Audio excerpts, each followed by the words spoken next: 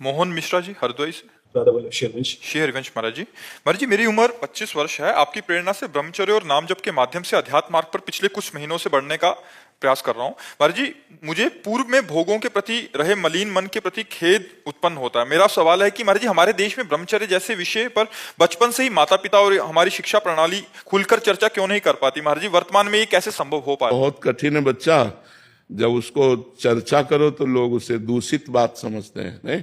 जैसे कहा जाए अपने कि भाई आप लोग को एक अवसर मिला है। हमारे शास्त्र में जीवन को 4 भागों में बांट दिया गया है। पहला ब्रह्मचर्य, दूसरा गृहस्थ, तीसरा वानप्रस्थ और चौथा सन्यास। ये पूर्ण मानव जीवन की पूर्णता है। अब जब नींव ही ना होगी तो महल कैसे खड़ा हो जाएगा? मनुष्य जीवन की नींव है ब्रह्मचर्य। अब छोटे छोटे बच्चों में गंदी बातें आ गई हैं मोबाइल के कारण और कुसंग के कारण। हमारे सामने ऐसे ऐसे बच्चे हैं जो 12 वर्ष 13 वर्ष के हैं और हस्तमैथुन के शिकार हो गए, ये गलत आचरण में आ गए। तो अब उनका जीवन क्या खोखला हो जाएगा? जवानी आते आते वो अपने को खोखला कर देंगे। हमें लगता है कि जैसे पहले गुरुकुल जो होते थे तो उससे हमारे समाज का बहुत सुधार होता था कि बच्चे गुरुजी के यहाँ रहते थे तो वहाँ गुरुकुल में ब्रह्मचर्य की शिक्षा दी जाती थी। शास्त्रों का स्वाध्याय, त्रिकाल संध्या, तर्पण, बलिवैश्य देव, ये सब सिखाया जाता था जो हमारे धर्म का स्वरूप है।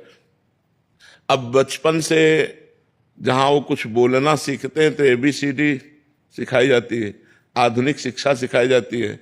आधुनिक शिक्षा बढ़िया है लेकिन आध्यात्मिक शिक्षा का सपोर्ट होते हुए, पर आध्यात्मिक शिक्षा का सपोर्ट बिल्कुल नहीं है।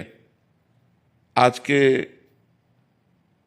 अध्ययन में बिल्कुल आध्यात्मिक शिक्षा का कभी ये नहीं सिखाया जाता कि प्रातः काल ब्रह्म मुहूर्त में 4 बजे उठो और उठकर अपने माता पिता के चरण छुओ, फिर शौच स्नान आदि करके फिर गायत्री मंत्र जपो, भगवान सूर्य को अर्घ दो, कम से कम 2 काल की संध्या तो करो ही, प्रातःकालीन और सायंकालीन संध्या। तो ये सब कहाँ रह गया? 9 बजे तक तो बच्चे सो के उठते हैं। आजकल तो 11-11 बजे तक लोग सो के उठते हैं।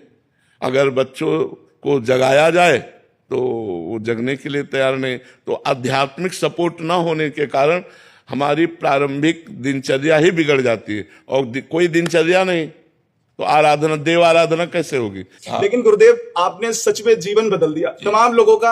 आप आज हम देख रहे हैं हमारे क्षेत्र में काफी लोग ऐसे मीडिया में हैं लेकिन वो अपना चिंतन बदल रहे हैं, अपना जीवन बदल रहे हैं। ये आपकी कृपा से है। आपने लाखों करोड़ों युवाओं का जीवन बनाया है गुरुदेव। ये कृपा बनाए रखना। और हम सच में, ये मेरे जीवन में हुआ है गुरुदेव। महाराज जी, अभी चर्चा चल रही थी इसलिए आपको बता रहे हैं। महाराज जी, पीछे 1 साल से इस पे काम कर रहे थे। एक ब्रह्मचर्य कब, क्यों और कैसे, आपकी मतलब प्रवचनों से और आपने जो आज तक महाराज जी इसकी विशेष सूची में आपको 4 खंड में महाराज जी इसको किया है। जैसे कह रहे हैं कि स्कूल में विद्यार्थी आदि या किन्हीं को तो ब्रह्मचर्य क्या है, उसको वीर्य उत्पन्न कैसे होता है, या उसकी रक्षण के लिए क्या क्या हमें ध्यान रखना चाहिए, हमारी दिनचर्या क्या होनी चाहिए, हमारा खान पान क्या होना चाहिए, या अगर विद्यार्थी हैं तो ब्रह्मचर्य कैसे, अगर हम सन्यासी हैं तो फिर ब्रह्मचर्य का क्या महत्व है?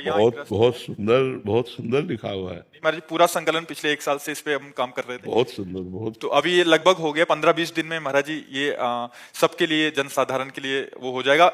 जितनी भी वानियां थी ब्रह्मचर्य पे उसमें सबसे संकलन करके भी। अब देखो इसमें लिखा है, वीर ही हृदय को पुष्ट तथा कर्तव्यशील बनाता है। वीर से ही सर्वांग में जीवनी शक्ति संचालित होती है। जो वीरवान है, ब्रह्मचर्यवान है, वो बड़ा तेजस्वी होगा, मतलब आंतरिक उसकी स्फूर्ति बहुत होगी। वीर से ही मस्तिष्क शांत और विचार शक्ति संपन्न रहता है। ओवर थिंकिंग, जो निगेटिव चिंतन है, ये काटता है। जो ब्रह्मचर्य है वो गंभीरता और शांति प्रदान करता है। वीर से ही दृष्टि और श्रवण शक्ति स्थिर होती है। वीर से आप जो वीरवान है उनके ज्योति नेत्र की और उनकी श्रवण शक्ति बड़ी पुष्ट होगी। वीर से निर्भयता आती है, वीर से स्वतंत्रता आती है, वीर से उत्साह बढ़ता है। वीरवान साहसी होता है, वीरवान पराक्रमी होता है, वीरवान आलस्य रहित होता है, वीरवान को रोग दबा नहीं सकता, वीरवान निर्बल नहीं हो सकता, उसके अंदर आत्मबल होता है। कलुषता नहीं होती, दंभ नहीं होता, पाखंड नहीं होता, अज्ञान नहीं होता और अविनय नहीं होता। वीरवान विनयी होता है। दुर्गुण दुराचार्य भाग जाते हैं जो ब्रह्मचर्य रहते हैं। जो वीरवान है वो हर कार्य की सिद्धि कर सकते हैं। जो ब्रह्मचारी है वो हर कार्य की सिद्धि कर सकते हैं। जो वीरवान है उससे पुष्ट और स्वस्थ संतान उत्पन्न होती है। जो वीरवान है वो सुंदर होगा, उसमें एक आकर्षण होगा, उसमें सभ्यता होगी, उसमें पवित्रता होगी, उसमें धैर्य होगा, उसमें पुण्य और सद्व्यवहार करने का स्वभाव होगा। वो जो कार्य करेगा वो पुण्यात्मक करेगा और सद्व्यवहार करेगा। कहने का सारांश है कि मनुष्य शरीर में वीर एक महाशक्ति है। जो इसका अधिक से अधिक संग्रह करता है वो उन्नति को प्राप्त होता है। बहुत सुंदर इसमें लिखा हुआ है। बड़े बड़े वैज्ञानिकों का मत है कि सृष्टि के प्रत्येक पदार्थ में कोई ना कोई सार तत्व अवश्य होता है। उसी तरह मनुष्य के शरीर का एक सर्वोच्च सार तत्व है वीर्य। इसके बिना वो एक क्षण भी सक्रिय नहीं रह सकता। तो जो व्यक्ति अज्ञान के कारण अपने वीर्य का क्षरण करता है, नाश करता है, उसमें बहुत से दोष उत्पन्न हो जाते हैं। ये बहुत सुंदर ग्रंथ है, बहुत सुंदर ग्रंथ है। ये जो सत्संग है हमारे, उन सत्संगों का इसमें संकलन किया गया है। इसमें ब्रह्मचर्य कब, क्यों और कैसे रहे। महाराज जी, इसमें जो प्रश्न उत्तर भी साधकों के साथ हुए हैं आपके, जो ब्रह्मचर्य के ऊपर पूछे हैं, चाहे स्त्री साधक ने, वो भी उसका भी जो आपने उत्तर दिया है, बहुत सुंदर किया। बहुत अगले 15, 20, 25 दिन में इसका हम जनसाधारण के लिए प्रिंट आउट के लिए, हाँ बिल्कुल, बहुत सुंदर। इससे नौजवानों को बहुत लाभ मिलेगा।